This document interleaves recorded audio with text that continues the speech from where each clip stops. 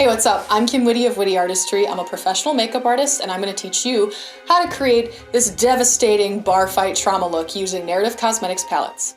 Let's get in a bar fight, shall we?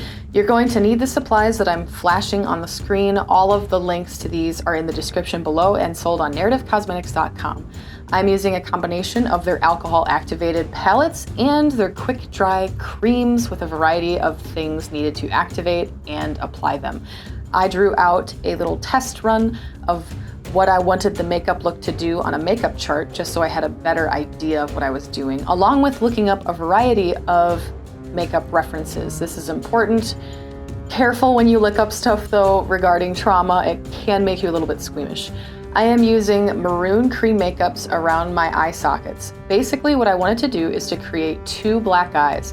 One of them is more extreme than the other. What happens when you get hit in the eye or the edge of the nose is one side tends to swell and create a lot of pooling blood, and the inner corners of the eye and the outer corners of the eye get really, really dark. That is why I'm layering all of the maroons in the deep crevices. Then any area around the deepest parts of a bruise tend to become very irritated looking. This is like where the capillaries burst and the blood starts to pool. In the deepest areas is where the blood pools the most, which is why it's more purpley. I am adding red to create that irritation across my eyelid and then up on my brow bone. What I wanted to do is sort of simulate like I got punched really hard in the side of the nose. So my nose is going to split. One black eye is going to be extreme, along with like a swollen cheekbone, and then the other black eye is going to have the residual blood sort of just pooling in from the other side. I wanted to split my eyebrow, which is a really common thing that happens if you get punched in the eye socket, because the brow bone right beneath that will slice the skin. So I'm putting down some Elmer's washable glue. Don't worry, it'll come out of your hair in the shower. With that sealed down, I'm planning on creating the split just using some reds. We're going to blend up onto the forehead. Anytime you get a severe trauma injury in one set location, it does bleed out into the areas around it. So that's what this red is. Then with the age blood, I'm going to create the cut. You just drag this in a small little straight line that tapers out at the end and then darken it in the center, and it'll look just like a cut. Blend out some red around it. I wanted to have like a little bit of smeared blood and more irritation. Dab it out. And then applying maroon to the other eye socket as well. This is when we're mirroring a similar effect that we just did on the other side to the other eye. So maroon on the inner corner, blend it over the eyelid. We'll be doing some bruising in the outer corner, along with irritation on the actual eyelid and brow bone itself. Usually the red is what you use for any form of irritation. Then we're going to use some amber yellow and dab it around my brow bone, the outside of my eye socket. The one I'm working on right now that has the cut is the severe side of the injury. Then I am dabbing yellow around the brow bone and underneath my eye. Yellow simulates healing, so this usually happens in the most intense spots of the bruise a few days after the actual injury was obtained.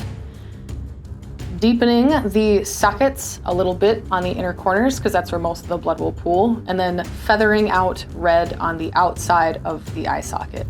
We're switching over to the SFX palette that is activated with alcohol. I'll be using their activator to activate the colors, and then doing a variety of techniques involving tapping the brush across the skin, then using sponges with holes to tap them on, and then blending it with a brush that has a little bit of alcohol like I'm doing right now, just to create a stippled effect.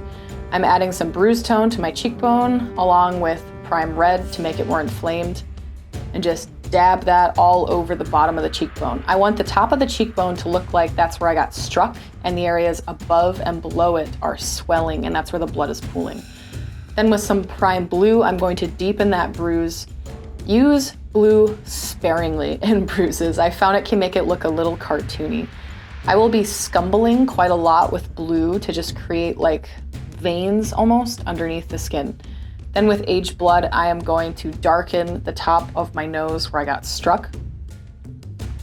Transition it onto the forehead and onto the sides of the nose and the cheek.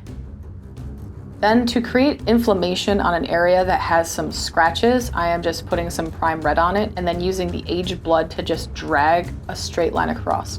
This is a really shallow scrape, but there still is some inflammation whenever you get a small cut. Then I'm adding in purple. This really makes the effect look extreme, and wherever I took the most blunt force trauma, that's where you want the purple to go. So this is going to be right in the inner corners of both eyes. As I said, when you get struck in the nose, the blood pools right there. Then I am blending it a little bit and adding a cut to my nose in the shape of an upward horseshoe.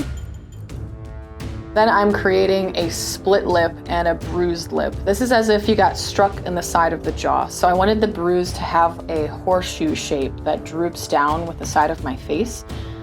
Adding some blue to that wound. This is when I'm using those sponges. The sponges really come in for this one. They have holes ripped in them, so you can use them to dab on makeup and create a variety of textures. You do not want your bruises to have a pattern, because human eyes are really good at picking up a pattern. Dab it out, blend it out using just a clean sponge or a brush with some alcohol on it. Make sure you are only using 99% isopropyl alcohol to do this. It's what activates the palettes. Keep on blending, keep adding more bruise tone, more prime red. Keep that horseshoe shape going. Blend it out and make sure it's tapering over onto one of your lips. You want one of your lips to look damaged. Scumble using some prime blue. Scumbling is when you sort of just scribble with a brush and you create a random squiggly line. It looks really real once it gets blended in a bit. Then I'm adding one more cut onto my lip and adding some blood coming out of my nose, just using the same red color. And then you're all done. Just like that, you got a really convincing look, but let's move on to how to remove it. So now that this is on and it's waterproof, you're probably wondering, well, how do I get it off? With their creams and their alcohol palettes, you have a couple of different options for removal. You can use 99% isopropyl alcohol, their remover, or if you have sensitive skin like me, you can use isopropyl mirror state. You just put some of those on a cotton pad and then you just wipe it off. And then it's all clean. You're good to go. Here's a quick little demo of how I got off the makeup. This took literally under 10 seconds. The isopropyl mirror state will leave your skin feeling kind of oily, but it does not burn. It is made for sensitive skin. The isopropyl alcohol and the activator will remove it quicker without being oily, but it does have a more pungent aroma. And you're all clean. Thank you guys so much for sticking to the end of this video. I really hope it helps you in creating more realistic bruising and cuts. Thank you so much, Narrative Cosmetics, for sponsoring this video. You guys are amazing, and your quick creams are incredible. Like, this makeup won't budge. It's awesome. It's waterproof, it's resistant to smudging, and you don't have to set it with a powder, which is crazy cool. Let me know if you have any questions in the comments below, or feel free to reach out. Along with, if you're interested in getting any of these palettes from Narrative Cosmetics, just head over to their website at narrativecosmetics.com or check the links in the description. Also, huge shout out to my wonderful Patreon producers. Without you guys, I couldn't afford to do this and get all the makeups and keep my life in order, so thank you so much for being so supportive, and I'll see you in the next video.